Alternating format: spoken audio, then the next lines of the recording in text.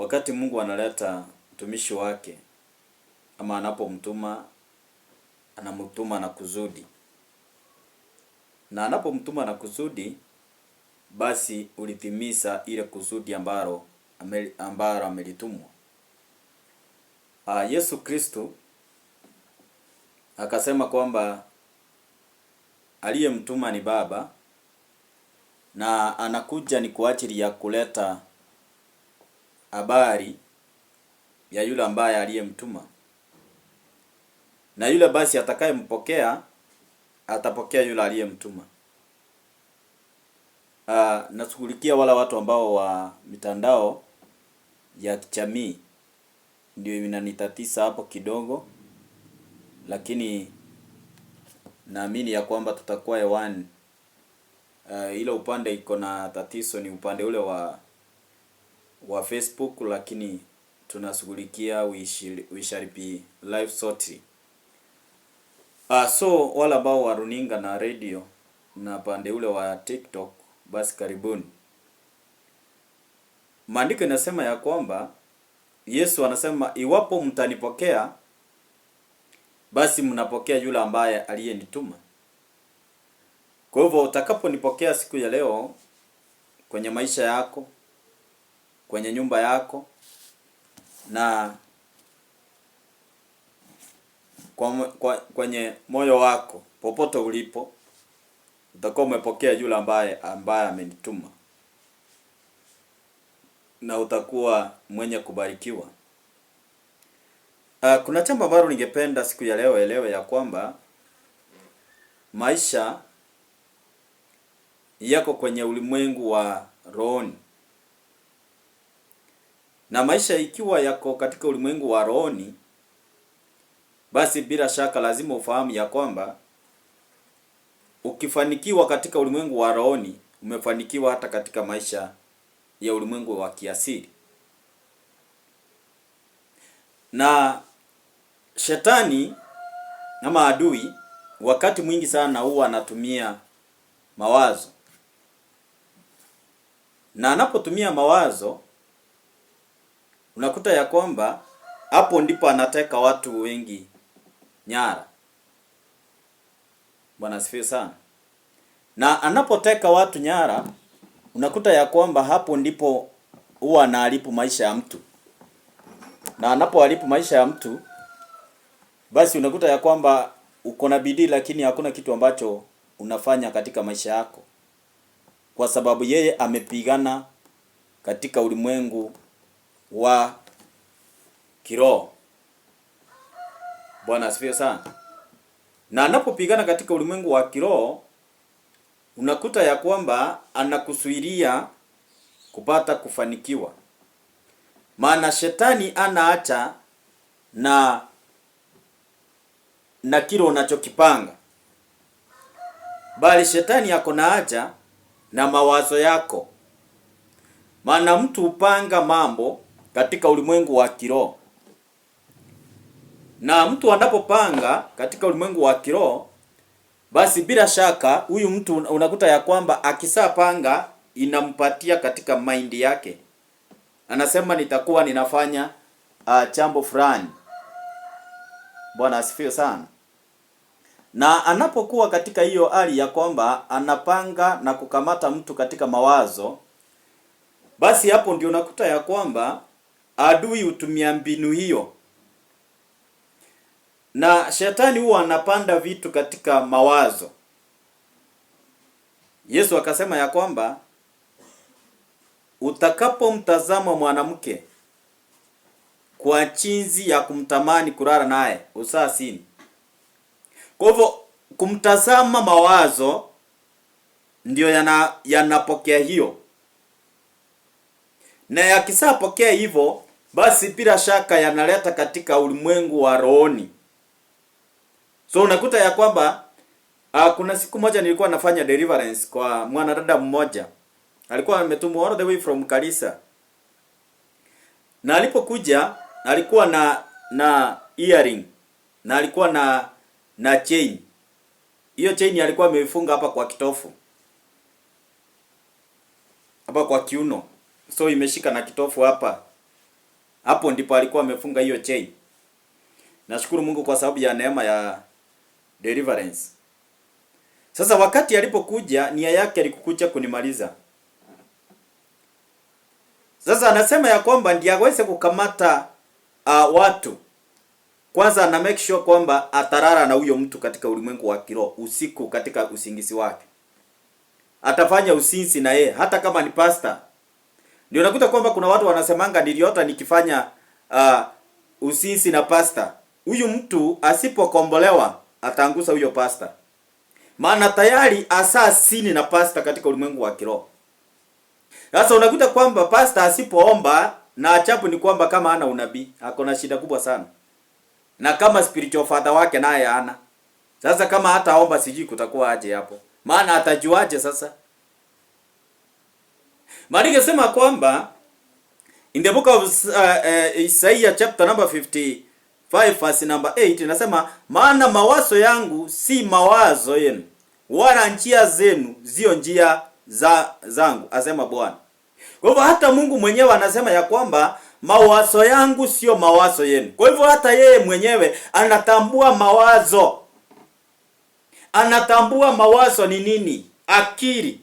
That's why today I'm talking about dealing with your thoughts. Mawazo yako. Lazima uweze kupigania mawazo yako ya kupatie kilicho kizuri. Unajua kama saa hii nitumie tu example mzuri. Wakati ambapo rais aliye mamlakani, wakati alikuwa anafanya kampeni yake, alikuwa anasema kwamba nyinyi mnaona mimi ni mtu wa kushindwa. Na ukweli ya kushindwa.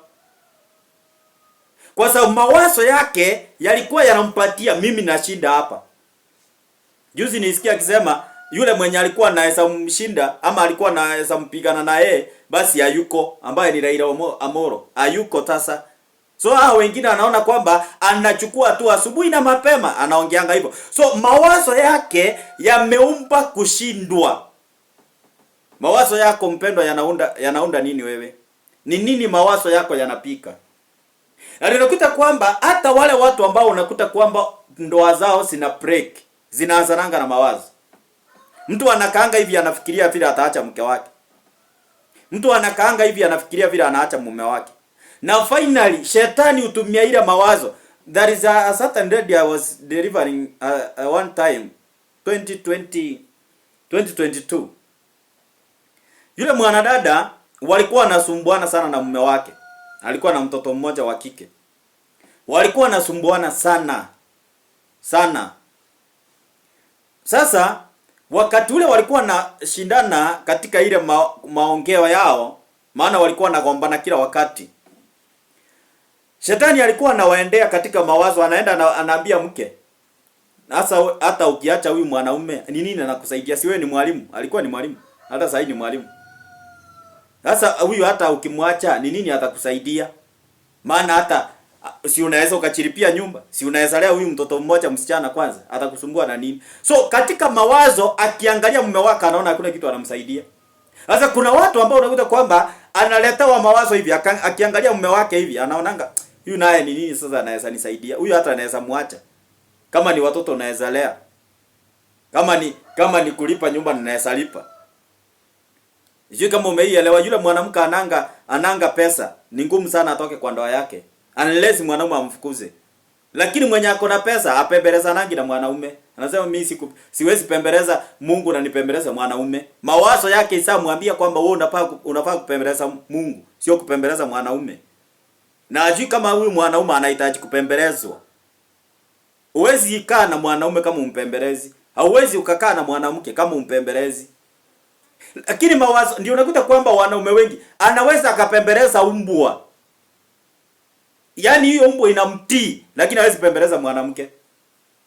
Ama unakuta kwamba mwanaume anaweza pembeleza gari, mpaka gari inakuwa, lakini hawezi pembeleza mwanamke. Na unakuta gari ni kubwa sana, lakini mwanamke mdogo tu. Ako na kabwili kadogo hivi lakini hawezi mpembeleza. Kwa sababu mawazo yake yanamwambia kwamba huwezi ukapembeleza mwanamke. Mimi kukua kwangu katika kule jamii tumetoka, kila mtu ametoka jamii ya kwao. Mimi niliishi nikijua mwanamke ni pepo iko kwa ukuta. Niliishi nikijua hivyo. Maana nilikuwa nasikia wazee wakisema mwanamke ni shetani yako kwa ukuta. Sasa hata mimi nilipokuwa nikikua, nilikuwa najua tu obvious mwanamke ni pepo iliyo kwa ukuta. Bwana asifiwe sana. Baka siku ile nilikuja kukombolea mawazo yangu. Sasa ni lazima ufanye kazi ya kukomboa mawazo yako mpendwa. Maana kufanya dhambi, ulikuwa unafanya dhambi kwa sababu ya mawazo. Unaona mwanadada akitoka huko mbele, unamuona, unamtamani. Mawazo yako yanaumba. Mwanaume unamuona, mawazo yako yanaumba. Hata wale wanaofanya wizi, wanaumpanga mawazo yao. Jioni ama saa fulani nitaenda mahali fulani na nitaenda nihakikishe kwamba nitaipa kitu fulani. Hata wale watu wanaendanga kuipa makanisani, ni kitu wamepanga katika mawazo. Hawezi amka tu hivi na kwenda kuipa. Anapanga katika mawazo. Sema mimi saa fulani nitakuwa mahali fulani, wanapigiana simu. So you have to deal with what we call your thoughts.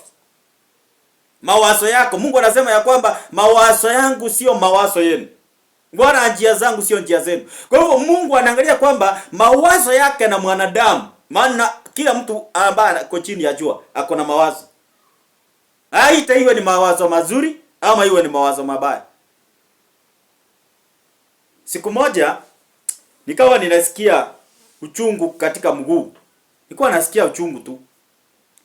Sasa nilikiwa nikisikia ile uchungu katika mguu, nikitembea nasikia kana kwamba nasikia kama ninachuchumaa kwa sababu ya ile uchungu. Sasa na mimi nikakaa hivi nikasema, hii mimi si yuko mgonjwa. Lakini mawazo yangu ilikuwa inaniambia wewe ni mgonjwa. Unafaa uende hospitali. Sasa mimi nilipoamua kwa mawazo kwa mimi si mgonjwa, you can imagine after 5 minutes mimi nilikuwa natembea vizuri. Nikashindwa hii kwani ugonjwa ilikuwa wapi? Because mawazo, ikiwa mawazo yako ni mgonjwa. Kuna kijana mmoja alikuwa ananisumbua kumuombea kwa ajili ya HIV. Kila wakati anakuja ananiambia, "Daddy niombee. Hii ugonjwa ya HIV niachilie. Hii ugonjwa ya HIV niachilie." So alikuwa ananisumbua niombe. Na ukweli na mimi nilikuwa naomba. Mungu alikuwa ataniambia ni nini? Mimi nashinda nikiombea HIV. Toka kwa jina la Yesu. Nakemea. Imagine kuna wakati mwingine unaweza kuta unakemea kitu yenye hakuna. Sasa niishi tu nikikemea. Siku moja nikaona hii ugonjwa naye iendi. Sasa nikaamua siku moja nikaenda siku ya Wednesday. Nikamwambia tuende mlimani. Tukasanyana tu. Tulikuwa na tabia hiyo ya kwenda Wednesday na Friday katika mlima. Sasa tukaenda. Tulipoenda katika mlima Wednesday, nikiomba Mungu akaniambia yule mtu si mgonjwa. Hebu enda muambie aenda apimwe. Nikakuja nikamuuliza maana tulikuwa na yeye kwa mlima. Lakini tulikuwa tunaenda tunajitenga saa fulani, kila mtu anaenda kivyake, hivyo kila mtu alilie Mungu vile anataka. So nikamwambia, "Wewe umeenda hospitali ukapimwa uko na HIV?" Akaniambia, "Mimi sijaenda, lakini nafikirianga niko na HIV." So unaona, kuna mtu ambaye ako mgonjwa katika mwili wake HIV na si mgonjwa. Lakini mawazo yake yanamwambia kwamba you are positive HIV. Na kuna mwingine naamini ya kwamba mimi niko na kansa. Lakini kwa sababu katika maumbile yake na katika akili zake na katika mawazo yake isampatia kwamba uko positive ambao ni ya kansa. Sasa huyu mtu hata kama utamuombea hawezi akapona kwa sababu mawazo yake yanamwambia kwamba wewe ni mgonjwa. Bwana asifiwe sana.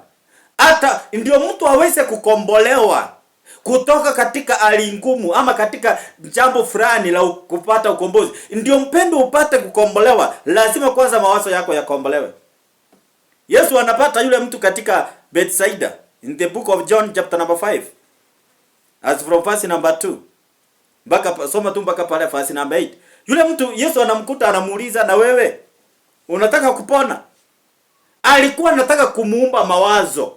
Naye yule mtu anamwambia, "Mimi nimekaa hapa sina mtu wa kunisaidia kuniweka kwa maji." Na Yesu anamuuliza, "Unataka kupona?" Sasa kuna watu ambao unakuta kwamba anaenda hata katika ibada za ukombozi lakini hajui kama anafaa kukombolewa. So mawazo yake ichaumba kama anafaa kukombolewa. That is one of pastor alikuja kanisani. Na alipokuja kanisani kuna kitu moja aliniambia, maana tulianzia kwa nyumba before tuende kanisani. Sasa alipokuja maana alisafiri usiku mzima. Unajua kutoka Nairobi mpaka kufika Mombasa si mchezo, unaendanga the whole night. Ama the whole day. Sasa alipokuja alifika kitu saa 4. Walikuwa wachungaji wawili. Na walipofika mmoja akaniambia hivi, mimi sitatoka hapa kama sijakombolewa. So mawazo yake yaliumba kukombolewa kwanza. Na I remember very well, ilikuwa siku ya Thursday. Tukaenda kanisani. Nikaongea tu, nilihubiri tu neno kidogo sana about the power of the altar. Dakika 5 tu nikaanza deliverance.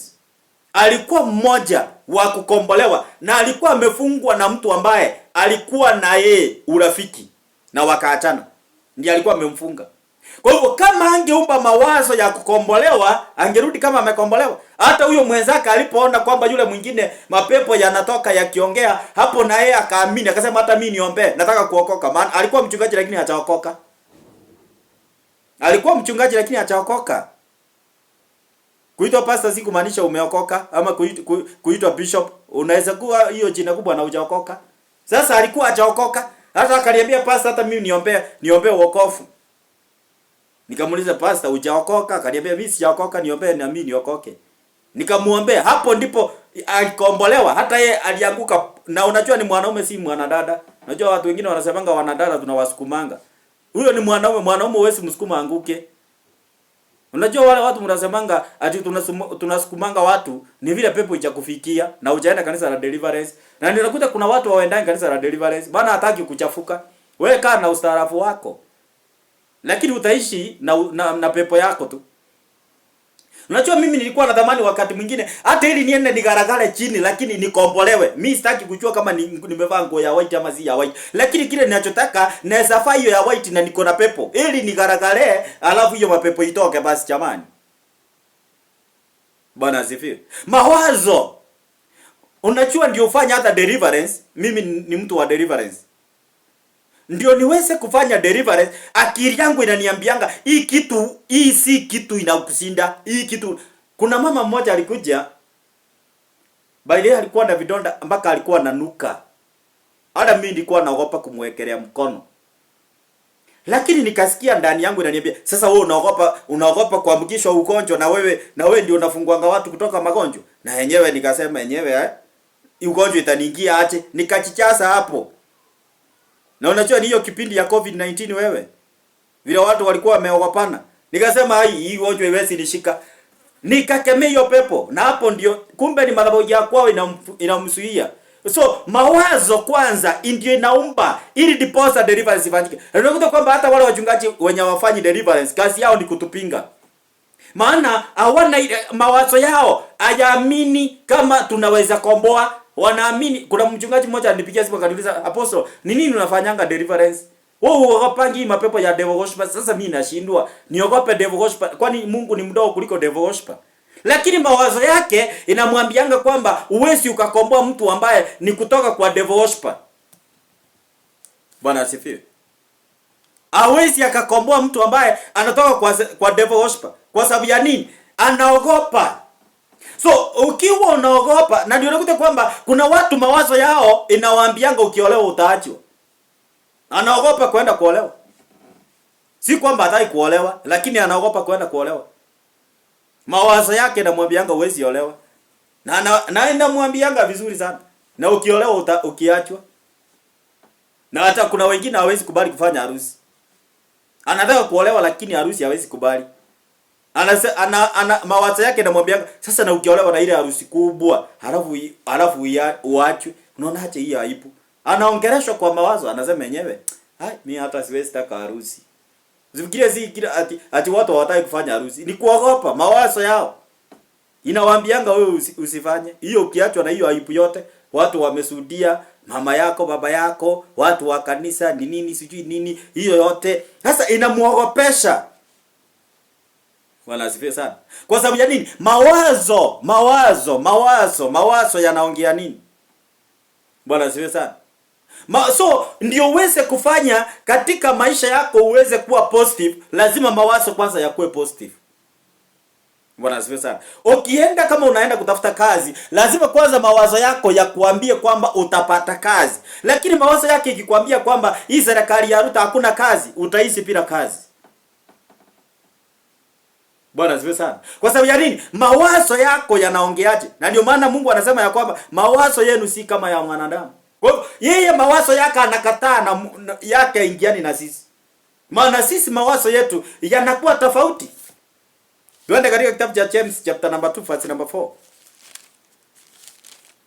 Ili uelewe kile ambacho ninajaribu kukuongelesha hapa. Ni James chapter number 2 and verse number 4. Sijui kama kuna mtu ambaye unasaidika ama hata wewe ni yule ambao umefungwa mawazo yako. Uyuko tayari kusikia neno la Mungu. Biblia inasema chapter number 2 verse number 4. Je, hamkufanya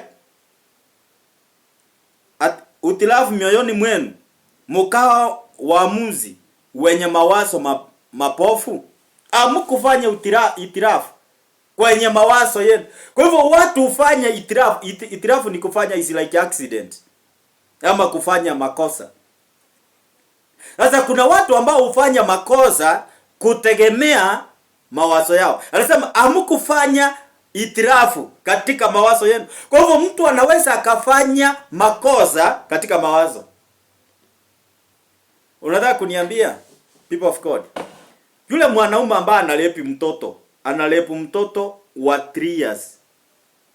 Unataka kuniambia akonomo 3 years. Mwingine hata analepu mtoto wa mwaka moja analepu mtoto huyo. Kuna mtu mmoja pale upande ule wa kwetu alilepu kijana wa miaka 2. Na ni mwanaume mzee. Ako mpaka na nywele nyeupe na analepu mtoto wa kiume kwanza. Bwana asifiwe. Unataka kuniambia ni yeye mawazo yake inamuonyesha ya kwamba huyu si mtoto, huyu ni mtu mzima. Are you getting me people of God? So, maandiko yanasema kwamba hamkuweza kufanya itirafu. Je, hamkufanya itirafu mioyoni mwenu mkawa waamuzi wenye mawazo mabovu? Kwa hivyo kuna watu ambao wanafanya itirafu, wanafanya mistake kwa kuwaza mawazo mabaya. Mtu anaamua anasema mimi naacha kanisa. Mawazo yake. Mtu anaamua anasema mimi naacha huyu mzee. Anaamua anasema mimi naacha huyu mwanamke. Na anaenda hapo anachukua mwingine hapo ako na watoto 6 na analea na anaacha wake wakihangaika huko. Mawazo yake. Hoja hiyo na mwanaume anaacha watoto wake na anaenda kutafuta watoto wa mtu mwingine. Analea wakikuwa wakubwa wanamtema. Kwa sababu ya nini? Mawazo yake inamuonyesha huyu mwanamke muache. Unaweza kaenda huko upata mke mwingine na kweli anaenda anapata mwingine na yeye ameachwa. Wanafarijiana. Mawazo. Ndio mimi nianze kufanya deliverance, niliamini mawazo yangu yakaumba. Mimi mpaka leo siaminingi kushindwa hata kuwe giza. Mimi sionangi hiyo giza. Nasemanga siku moja kutapambazuka. Maana hakuna usiku wenye inakuanga permanent. Siku moja inakujanga asubuhi inafika. Bwana asifiwe sana. Mimi ninaamini, you know, ndio niweze kuingia kwenye runinga kuhubiri. I want to tell you this. Mawazo yangu yaliumba. Mimi ninaweza nikahubiria mamilioni ya watu. Mama mmoja akakuja. Alikuwa tu ni mshirika. Kaniambia, "Dad, nimekuota leo ukihubiri kwa TV yangu." Nikamuuliza, "Nikihubiri kwa TV yako?" Kaniambia, nilikuwa nakuona ukihubiri." Nikamuuliza, "Nilikuwa nahubiri juu ya nini?" Kaniambia, "Imagine ulikuwa unahubiria watu kuvunja madhabahu." Wiki mbili baadaye ndio mimi nilipata nafasi ya kwanza kuhubiri kwenye runinga, ilikuwa inaitwa JTN. Hiyo ndio ilikuwa yangu ya kwanza kuingia hapo. Na hiyo TV nilipigiwa simu saa 5 ya usiku. Na ujue ninapigiwa simu kutoka Amerika. Na nikapewa hiyo nafasi ya kuhubiri hapo. Nikakaa TV nyingine ilikuwa all the way from Dubai. Ilikuwa inaitwa nini hiyo TV? Si Flamingo what? Hapo nikapata hiyo nafasi. Nikawa ninahubiri hapo mwezi moja. Nimehubiri TV kadhaa. Kuna wakati nilikuwa naingianga TV 6 once live zote. Lakini ndio hiyo ikuje, mawazo yangu yaliona ninaweza hubiria watu wengi. Unajua mimi nasemanga ninahubirianga watu mamilioni ya watu. Mimi sionangi ati kuna watu wachache, naonanga mamilioni, billions of people. Naonanga nikiwa na kanisa kadetro kubwa, ghorofa. Lakini usipoumba mawazo yako ya kuonyesha vitu positive, mtu wa Mungu, maisha yako itakwama. Na ndio maana maandiko yanasema kwamba hamkuweza kufanya itirafu kwa kuwaza mawazo mabaya, mawazo mapofu. Kuna watu ambao wanafanya mistake kwa sababu ya kuwaza mawazo mabaya. Unawaza mawazo mabaya, unaacha kazi. Unawaza mawazo mabaya, unachukia watu. Unajua kuna mtu anawazanga watu hata anawaangalianga tu anawachukia. Anasemanga wanamsengenya. Na hakuna mtu ako na shughuli naye, lakini mawazo yake namwambianga watu wanakusengenyanga. Mawazo yake namwambianga watu wanakuwazia mabaya. Mawazo. Sasa ni lazima ujiite kama mkutano, uangalie, ufanye kazi katika mawazo yako. Yaani ufanyie fikira zako kazi. Unaweza kuokoka lakini uko ndani ya kanisa na unafanya dhambi kwa kanisa kwa sababu ya mawazo yako. Bado haijatoka katika ulimwengu wa giza. Bado yako katika ulimwengu wa giza, lakini wewe bado uko kanisani. Yaani ujakuwa kitu ambacho tunaita kwamba ujakuwa reformed. Uko tu katika kanisa. Uko tu katika kuitanisha hiyo kanisa kubwa yako hiyo. Lakini bado hujakuwa reformed kutoka katika ulimwengu wa giza, katika ulimwengu wa dunia. Unajua kuna watu bado wa kanisani lakini mawazo yao bado ni ya dunia. Paulo anasema ya kwamba wakati mlikuwa katika dunia, mlikuwa mnawaza kama watoto. Lakini sasa mmetoka katika dunia. Kwa hivyo sasa mnafaa kukunywa hata maziwa. Kwa hivyo watu wanafaa hata chakula ibadilike. Unajua mtoto mdogo huwezi mpatia kiteri. Lazima kwanza atoka katika ulimwengu wa kuwa mtoto aweze kuingia katika utu uzima ndiye aweze kupatiwa kiteri. Bwana asifiwe. Wewe hujaiona kuna mtu anakatanga kama saa watu wengi hawakurangi nguruwe. Kwanza Christian. Kwa nini unafikiria hawakurangi nguruwe? Wanaamini mapepo iko kwa nguruwe. The big number. Wanawaambianga nguruwe ziko na pepo. Zile Yesu alifukuza zote ziliingia, hizo mapepo ziliingia nguruwe. Sasa mtu akiangalia nguruwe hata kwa butchery anaonanga pepo. Sasa huyo mtu hawezi akakula hiyo nguruwe. Na ndio maana Bwana anasema ya kwamba chochote ambacho unasikia nafsi yako inakuhukumu usikule, lakini vitu zote zimetakazwa. So kukula nguruwe sio dhambi na haina pepo. Na kama basi iko na pepo, kwa nini unakulanga kuku? Na kuku inakulanga mpaka nyoka. Inakulanga anything. Hakuna kuku kitu ikuli, lakini si unakulanga kuku. Hiyo mama na chakula ndafundisha siku nyingine. Lakini mawazo yake inakwambia usikule hii ni kwani wa China zi wanakulanga mpaka nyoka na wewe huwezi kula kwa sababu wewe ukikula utakufa. Mawazo yake inakwambia wewe umekula sumu. Mawazo. Amen. What is your thought? Mawazo yako yanakwambianga nini? Unajua ndio hata utoke katika nyumba huko, uende kwa nyumba kubwa, lazima mawazo yako iumbe. Kuna watu hawezi toka single room, ataishi mpaka akufa akiwa single room. Maana mawazo yake yanamwambianga wewe ni wa single room. Ukienda nyumba kubwa utalipiwa na nani? Nani atakulipia hiyo nyumba? Kuna mwingine ataishi double room miaka yake yote mpaka atoke duniani. Kwa sababu anasema sasa nikienda one bedroom nani atalipa? Pesa itatoka wapi? Pesa ziko. Siku moja nilikuwa natoka single room nikienda double room. Na nilipokuwa ninaenda my wife kuna kitu moja aliniuliza na huko tutapata pesa kweli ya kwenda kulipa. Na sasa hiyo unajua niko na 2000 na tafuta double room. Unajua mimi nakuanga na ujinga wa kiroho. Ufara tu hivyo. Mimi nikamwambia mimi pesa niko nazo. Na nikatafuta nyumba. Unajua mambo ya kiroho ni ujinga. Haitaki uelewe sana na usomi mwingi. So mimi nikaenda nikatafuta nyumba. Na unajua saa hiyo ni saa 12 ya jioni. Natafuta nyumba nikaipata. Nilipata saa ngapi? Saa moja hiyo nyumba. Na unajua saa hiyo niko na 2000 na nyumba ninaitishwa 1500. Na bado inahitajika deposit 1500. Sasa nikaambia huyo agents, nikamwambia Leo ni lini? Leo ni Friday. Nataka kuingia nyumba na ninalipa pesa Monday. Na unajua Monday hata kanisa sadaka itokangi 200. Na ikijaribu sana hiyo 200. Lakini namwambia nalipa pesa Monday. Kaniambia sawa, wewe pastor ingia nyumba.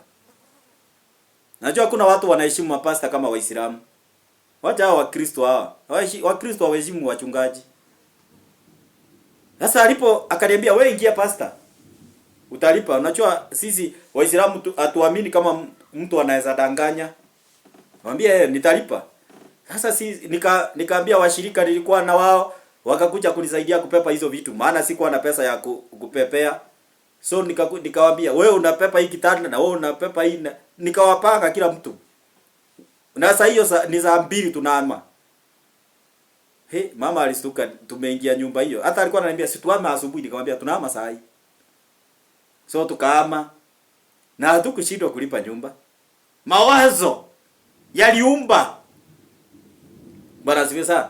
Sasa ukiweza kuumba mawazo yako, saa hii ukiamua ukisema yako mimi nakaa kwa nyumba yangu, imagine utakaa. Lakini ukisema mimi nitapata pesa wapi ya kulipa ya kwenda kulipa plot, utaishi nyumba ya kurendisha miaka yako yote. Mimi naomba saa hii kukaa nyumba yangu, si ya kurendisha, ndio ninakaanga na freedom. Unajua nyumba za kurendisha zinanga freedom. Ni kama uko chera. Huwezi ingia saa unataka. Huwezi kula kenye unataka. Kwanza hii si na landlord. We ni shida. Bwana asifiwe sana. Mawazo. Sasa mawazo maana yasema kwamba hamkuweza kufanya itirafu katika kuwaza kwenu. Kwa hivyo katika kuwaza inategemea mpendo kile kitakusalia kesho. Ukiwaza nitachenga nyumba kubwa, imagine utachenga. Ukiwaza nitanunua plot, nitanunua. Ukisema nitafanya hiki, imagine mimi nasemanga nitakuwa ninasafiri kwenda kuhubiri injili all over the world na nitakuwa ninapanda ndege kama kupanda gari. Uandike hiyo kitu chini. Nitakuwa napanda kama mwenye anapanda gari. Unajua gari unapandanga anytime. Nitakuwa napanda gari ndege bila napandanga gari. Kwenda dunia nzima kuhubiri injili. Hata Dubai mimi nitaenda. Hata huko wanaitanga aje huko Saudi Arabia. Mahali injili itakikani mimi nitahubiri huko. Nitahubiri huko injili. Kwa sababu ya nini? Mawazo yako yanaumba nini? Ni nini wewe unaumba? Unajua mimi hakuna pepo hata moja hivi najua iwezi toka. Hata moja hivi. Hakuna pepo mimi naamini ati ninashindwa kutoa. Hiyo hakuna. Siamini, yani kwa moyo wangu hiyo haukubaliani nayo. Mimi naamini kila pepo inaweza ikatoka. Kila pepo inaweza ikatoka. Mimi naamini hivyo. So mawazo yangu yameumba deliverance katika mawazo yangu. Yameumba prophecy in my mind. Na ndio maana nakwambianga hata ukiwa Amerika nitakutabiria ukiwa hapo. Kwa sababu mawazo yangu yameumba. Si lazima mtu akue karibu ndio mtabirie. Unaweza kumtabiria hata akiwa Tanzania, hata akiwa Amerika, hata akiwa wapi. Kuna mwingine nilikuwa natabiria online. Akaniuliza kwani unakuanga jirani yangu? Nikamuuliza wewe umeniongelesha nikiwa wapi? Wewe umeniona nikiwa wapi? Umeniona mahali? Akaniambia si mimi nimekuona kwa TV. Nikamwambia basi hivyo ndivyo nimetumwa na Mungu. Kwa sababu mawazo yangu iliniambia kwamba si lazima mtu awe karibu ndio mtabirie. Mimi naamini hivyo. Na hakuna saa nitakudanganya Mungu ameniambia na acha niambia. Kama vile nilikuambia, kuna ndege ninaona inaenda chini na inaenda ikiwa na watu wa opposition. Na wanaenda watu wakiwa ndani wa opposition, wanasiasa. Na itakaa sana tusipoomba. Kuna ndege inaenda chini kama ile imepeleka ngeno. Kuna ndege inaenda chini na inaenda na watu wa opposition.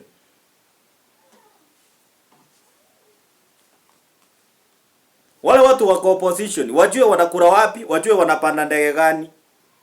Na watukue na nabii anawatabiria mambo yao. Anawaambianga ile njia nenda, ile njia usiende. Lakini mkienda na hii kimbelembele yenu nyinyi, hii kimbelembele yenu mnaenda nayo, mtasangaa.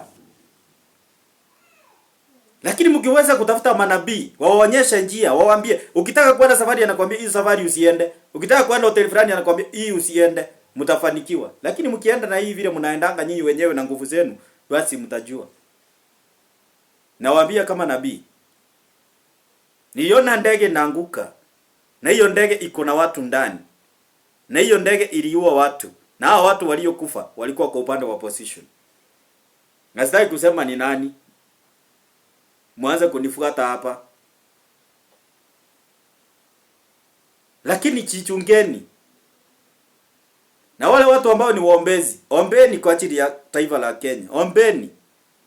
Hii Kenya tunaienda si Kenya ile tuliyojua. Hii Kenya inaenda kubaya. Kenya hii tunaenda, hii inaenda kubaya. Amkeni muombe kama kanisa.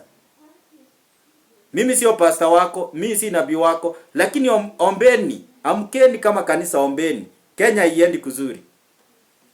Na ukitaka kuamini, ongoja 2027 ndio utajua. Utakumbuka nabii alisema, mawazo yanafanya mambo yanafanyika. Mungu anazungumza na watu katika ndoto.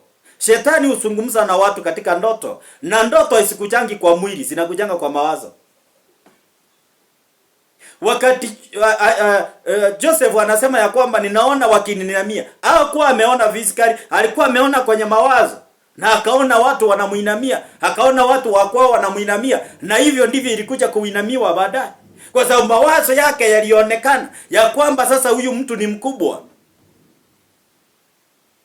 Maandiko yanasema kwamba nimeona mtu mwana anakuja kusaliwa na huyo mwana atakuwa mfalme. Yesu anakuja kusaliwa. Isaia imagine anatabiri habari ya Yesu. Na Yesu unaona mahali anakuja kusaliwa. Lakini mawazo lazima tuyaelewe ya kwamba si jambo la kuchukua kawaida. Lazima tuchukue jambo hili kama seriousness. Yaani tulichukue kama kazi ya kulifanyia. Hebu imagine kuna mtu anakaanga hivi, anawaza kujiua. Na mwisho ya huyu mtu anajiua. Unakaa hivi unasema, mimi hata naweza nikajiua. Unatafutanga dawa. Unajua kuna siku mimi nilitafuta hiyo, niliwaza kujiua. Kitu tu ilikuja tu kwa akili yangu kaniambia, na wewe si umegonjeka sana. Si hata ukufe upumzike. Imagine ni ujinga ilikuwa inaniongelesha. Sasa hii nani angekuwa anahubiria watu hapa? Sasa hiyo mimi nasema, mimi hata naweza kufa. Hata sioni faida ya kuishi. Kwanza hata sina mtoto wa kuja kulia. Mimi nilikuwa nasemanga hivyo. Hata kwani niko na mke atateseka? Sina shida. Wazazi si walindi sana, hiyo story imeisha. Nilikuwa najiambianga hivyo. Sasa siku moja mimi nimeenda pale Mung'are, nikaenda nikatafuta kakamba. Kwanza nakumbuka huyo mama mpaka leo hii by the way hiyo duka iko. Lakini nashindwa kumkumbusha. Nikaenda nikamkopa kamba. Nikamwambia, si unipe kamba, kuna nataka kuhama na hiyo kamba nataka nifungie vitu. Na si vitu, ni mimi nataka kujifungia shingo. Nilikuwa naishi pale KAG pale nyuma. Nilikuwa naishi hapo nyumba nyingine ya Kikuyu nyingine ilikuwa inaitwa Kamau. So nilikuwa hapo ndio nilikuwa nakaa. Sasa mimi nikiwa nimepanga, nimekopa kamba, nimeenda. Sasa hiyo wakati huo nilikuwa nafanya kazi kwa kinyozi. Sasa nimeenda hapo kufika, sasa nikakuta ile nyumba imefungwa. Nikasema sasa hata kama amefunga, si niko na kifungo ya gate na hii badlock nyingine si yangu. Sitakuja tu siku ningoe hii kitu nifanye kazi yangu. Na sitaki mtu anisumbue. Mawazo yangu yalikuwa ameumba kujiua. Hapo ndipo nikapata mchungaji mmoja na heshimu manabii mpaka leo. Huyo mtu akaniambia, mtu wa Mungu, Mungu ananituma kwako, na hata simjui saa hiyo. Lakini Mungu amemtuma akiwa mlimani. Akamwambia, nenda kuna mtu wangu anataka kujiua mahali. Nenda umkataze. Na hapo ndipo niliokokea kujiua, na mpaka leo siwezi waza mambo ya kujiua. So watu huwa wanajiua, ama wanaua hata wake zao, ama wanaua hata waume zao, ama wanaua hata watoto wao kwa kupitia mawazo. Kwanza wanaomba mawazo. Wewe unafikiria mtu mwenye anaacha mke wake anakuanga achaumba? Anaanzanga mimi siku moja, hata anamwambianga siku moja nitakuacha. Anafikanga mahali siku moja, haki utajua ujui. Na finally anamwacha. Why? Because mawazo yake yasamuumba kwamba wewe utaachwa. Wewe utaacha huyu mtu. Sasa tayari yako prepared in the spiritual realm. Na ndio maana Biblia inasema kwamba wale wa Korinto, tusome na wewe 2 Corinthians chapter number 10 verse number 5. Wa Korinto. Kile ambacho ninachotaka kufanya ni kwamba ukomboe mawazo yako. Wa Korinto wa pili. na mlango ni wa 10, aya yake ni ya 5. Nasema tukianguza mawazo ya kila kitu kilichoinuka kilicho juu ya elimu ya Mungu na kukiteka nyara kila fikira ipate kumtii, tukiteka kumtii Kristo. Kwa hivyo Paulo anaongea na kanisa la Wakorinto ya kwamba iwapo tunaweza kuangusha kila fikira ambazo zinazochinua zaidi ya Kristo, tusiteke nyara zikapate kumtii Yesu Kristo. So kuna fikira ambazo bado hasichamtii Yesu Kristo, na ndio unakuta kwamba kuna watu wako ndani ya kanisa lakini mawazo yao bado haijatii Yesu Kristo. Bado ni wezi wa fungu la 10. Kama bado wewe ni Mkristo na utoi fungu la 10, mawazo yako bado hajamtii Yesu Kristo. Bwana asifiwe sana.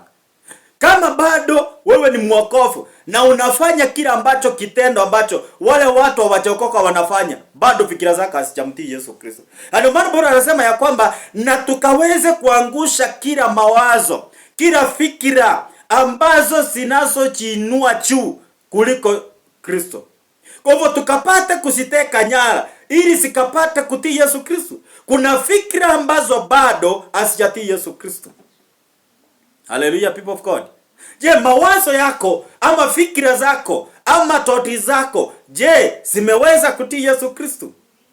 Unajua hata kutii wazazi inategemea na mawazo.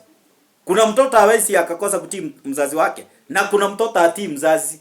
Kwa sababu mawazo yake inamwambianga kwani huyu atakufanya nini? Unajua kama unakuta kama for example ni kijana, na kijana ameanza kumea ndevu. Sasa kama ameanza kumea ndevu na baba yake ako na ndevu, kwani unafikiria atamwambia nini? Watapigana, maana anasema hata mimi niko na ndevu. Kwa sababu mawazo yake isamwambia hata mimi si niko na ndevu kama yeye, hata mimi ni mwanaume kama yeye. Bwana asifiwe sana. So mawazo yanaumba kwanza, kisha inaleta katika physical now. So na ndio maana Paulo anasema ya kwamba tukaweze kuangusha kila mawazo ama kila kitu kinukacho kilichojiinua juu ya elimu ya Mungu. Kwa hivyo kuna vitu ambazo zimezinua katika mawazo ya mwanadamu juu ya elimu ya Mungu. Unajua elimu ya Mungu ni kwamba utii maandiko matakatifu vile yanavyosema. Lakini kuna watu bado hawajatii maandiko. Unakuta mchungaji anakuambia ingia kanisani saa 2 for example. Wewe unaingia saa 6. Hiyo ni saa yako hiyo. Hiyo si mawazo. Sasa bado fikira zako hazijatii Yesu Kristo. Maana kama zingetii Yesu Kristo, ungesikia mchungaji amesema ibada ni saa ngapi? Ni saa 2. Kama sasa maximum inaingianga ibada ni saa 12. Sasa wewe ukikuja saa 7, hiyo ni yako wewe. Siku moja Mungu akaniambia mtu mwenye anaingia saa 2, huyo malaika wangu wasaa kuja na wakachukua record na wakaenda. Kwa hivyo huyu anayekuja saa 2, huyo sina rekodi yake. Na nikaambia watu, na kawaida ya watu, maana bado fikira zao zimechinua zaidi ya elimu ya Mungu, sio wote waliotii. Lakini waliotii maisha ilibadilika. Waliokataa kutii walipaki wakiwa hivyo. Kwa sababu ya kwamba ni vyema uweze kukua na akili na mawazo ambayo yamemtii Yesu Kristo. Mpendwa, kama mawazo yako bado hujateka nyara mawazo, hujateka nyara fikira zako zikapate kumtii Yesu Kristo, uko na kazi kubwa sana hata kama umeokoka. Bwana asifiwe sana. Na unakuta kwamba kuna mtu bado ni mwokofu lakini ako na roho mbaya. Kama yule mwenye unasikianga nani yule anaibanga bad pukuku. Anasema ako na roho mbaya. So kuna watu ambao bado wako na roho mbaya. Yaani ukiangalia watu unashinda huyu mtu ni Christian au ni pagani. Hata afadhali mtu achaokoka. Unajua afadhali mtu mwenye achaokoka. Maana mtu achaokoka hakuna mtu akona shughuli naye. Lakini yule mtu mwenye ameokoka, alafu unakuta kile kitu anachokifanya, haki anafanyanga Mungu anadharauliwa. Sasa ndio maana Bwana anasema kwamba mkaweze kuteka nyara fikira na kuangusha kila chochote kilichoichinua zaidi ya elimu ya Mungu. Na unakuta kwamba unachua unaona kama Waislamu wanadada hawezi akafaa miniskirt na atoke nje. Hawezi akatoka. Ati anatoka ni yule barabarani, hawezi. Kwa sababu mawazo yao imeumbwa ya kwamba unafaa kufaa ninja. Haufai kufaa. Unakumbuka kale katoto kalileta shida hapo. Mpaka hiyo kitu ikachanduliwa bungeni. Hataki kutoa hiyo achapu yake. Hichap anafaa akae nayo. Sasa kumwambia atoe hiyo anaona kama ni dhambi. Maana akili yake isaumba kwamba hii hichap lazima ukae nayo. Hebu niambie, unaweza kuta mkolino mwanadada anakanga na nywele nje. Lazima mkolino afunge kitambaa kichwa. Kwa sababu mawazo yao iliumbwa na kuhani, ikawaambia kwamba lazima mwanamke afunike kichwa. Na ndio maana hata Paulo anaambia wanawake mnaposali mfunike vichwa vyenu. Sasa kuna kanisa imetii hivyo. Na ni mchungaji alifundisha hivyo. Kuna kanisa kama kanisa la Maximum, tunaamini sisi kutumia anointing oil. Na hii anointing kwa sababu watu wanaamini hivyo. Sasa unakuta kwamba kila mtu anaweza akakuwa na hiyo. That's what we believe. So mawazo yetu yanatuambia kwamba unaweza ukatumia anointing. Mawazo yetu yanatuambia unaweza ukasoma Biblia. So mawazo, unajua kuna kanisa asitumiangi anointing oil. Na si dhambi na sio makosa, lakini wao mawazo yao yanawaambia kwamba anointing haitumikangi.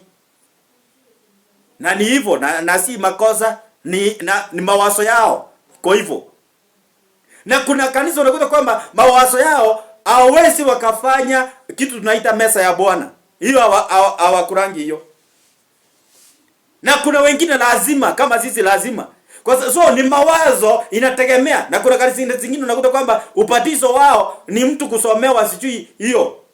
Kuna kitabu fulani hapo kanasoma mambo. Hiyo ni kubatizwa. Na kuna zingine lazima uruke sijui moto. So hiyo ni mawazo yao. Hakuna mtu ako na dhambi na hakuna mtu ako na makosa, hakuna hata ya kuhukumu kanisa lingine. Lakini mawazo yao yanawaambianga aje ukiruka moto umebatizwa.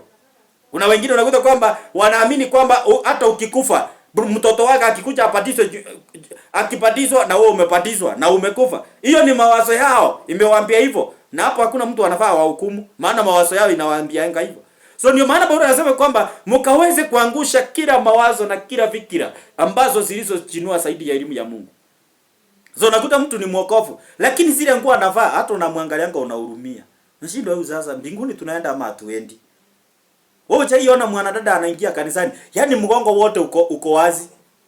Kifua chote hapa, kifua yote iko nje na ni mwokofu. Na kweli hata ukimwangalia kweli yako kanisani na kweli hata ukimwangalia kabisa ameokoka. Lakini mavazi yenyewe inakwambia huyu kidogo ako mbali na wokovu. Mawazo yake yanamwambianga hii nguo iko very smart. So ni mawazo yanakaa hivyo. Amen. So lazima uelewe ya kwamba mawazo yako inasema aje. Hebu tuende Wagalatia. Mlango ule ni wa 5:24. Wagalatia 5:24.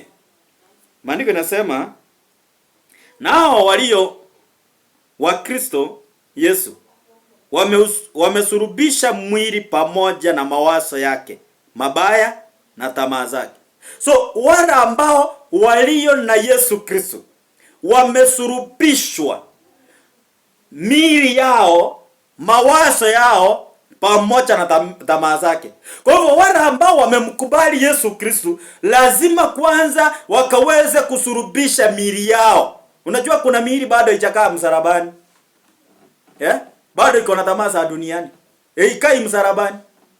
Lakini Yesu anasema aje hapa katika Wagalatia, Paulo anaongea na kanisa la Wagalatia, ya kwamba aliyempokea Yesu Kristo amesurubisha miili yao pamoja na mawazo yao. Kwa hivyo unapookoka, unapomkubali Yesu Kristo, lazima kwanza mwili wako uisurubishe. Lakini kuna mtu mwingine mwili wake kuanzia hapa kwenda chini ichaokoka. Mwingine kutoka hapa kwenda juu ichaokoka, mwingine mawazo bado ichaokoka, mwingine mikono bado ichaokoka, mwingine bado miguu ichaokoka, mwingine bado macho ichaokoka, mwingine bado masikio ichaokoka. Unajua hata masikio inafaa iokoke. Maana kuna watu wanasikianga mabaya tu. Hakuna kitu kizuri kinaingia kwa masikio yao. Na kuna watu wengine macho yao bado ichaokoka, bado inaangalianga vitu mbaya tu. Kuna wengine bado akili zao bado hazijaokoka, bado zinawazanga mambo mabaya. Kuna wengine bado miili yao ichaokoka, bado yale matendo inayofanya ni mabaya. Sasa ndio maana Maria anasema kwamba yule mtu ambaye amempokea Yesu Kristo basi amesurubishwa mwili wake pamoja na mawazo yake na ile zaidi ya yote ya kwamba na hata tamaa zake. Kwa hivyo ile tamaa ya kukula fungu la 10 imesurubishwa.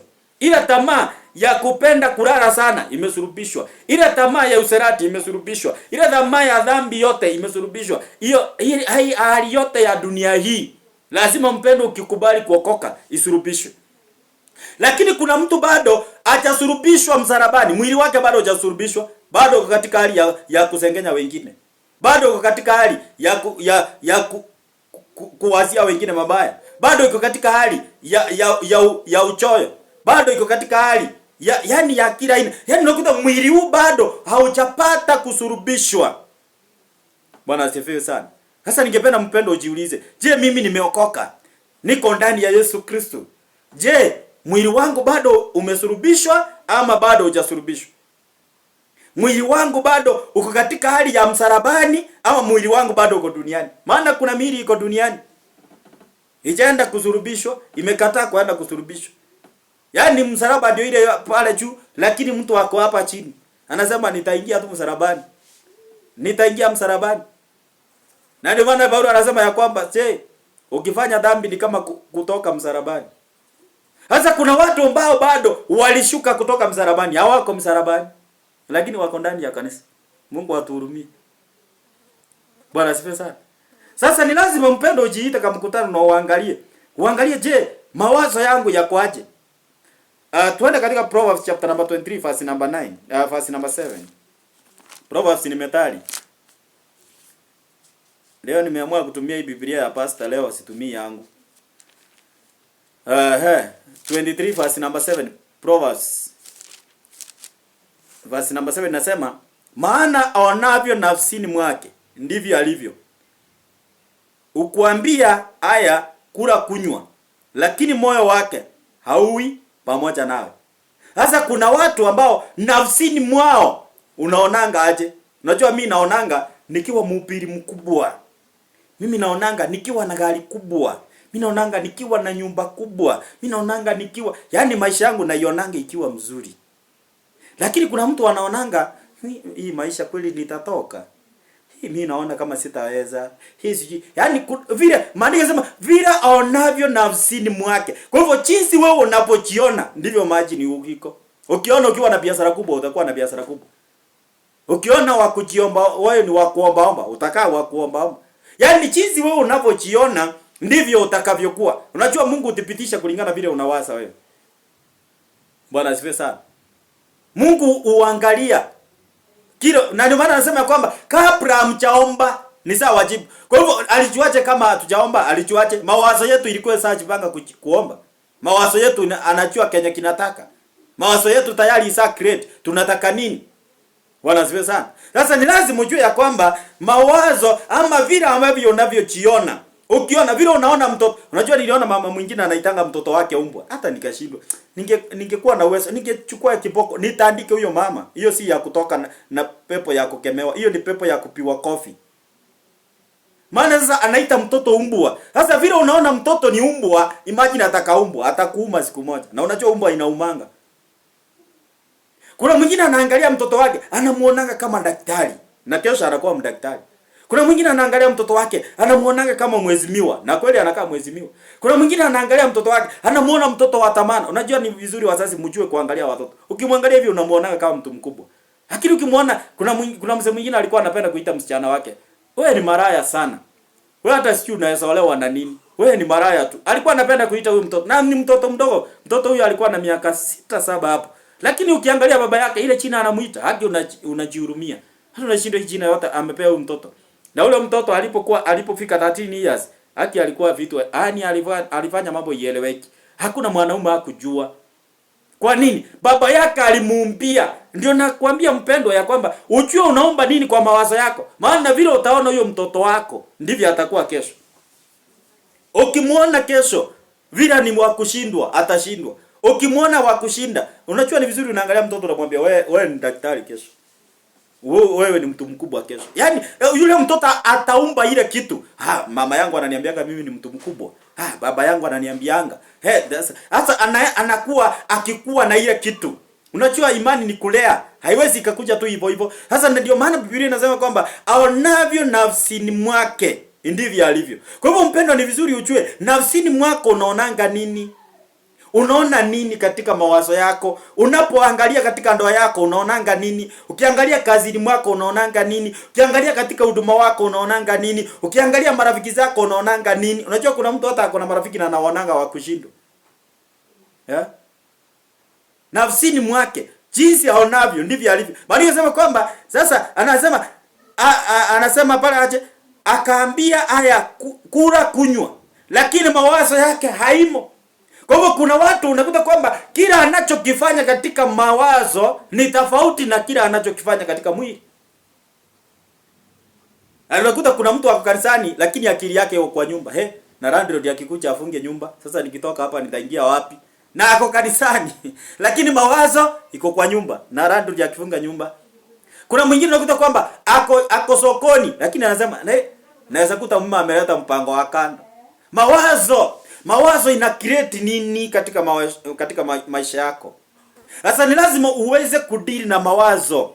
Mpendwa, kabla hujasema shetani ni mbaya, kwanza anza na mawazo yako, ndio shetani mkubwa. Maana huyo shetani aliye ndani ya mawazo yako, huyo ndiye analeta hii shida yote uliye nayo. Hii kilio uko nayo inatokana katika hali ya mawazo yako. So shetani wa mtu ni mtu mwenyewe. Ndio uweze kufanikiwa, kwanza lazima mawazo yako ifanikiwe. Lazima uone mimi ni tajiri. Lazima uone mimi ni mfanikiwa. Lazima uone. Yaani unaona mtu ambaye aonavyo nafsini mwake ndivyo alivyo. So lazima uone.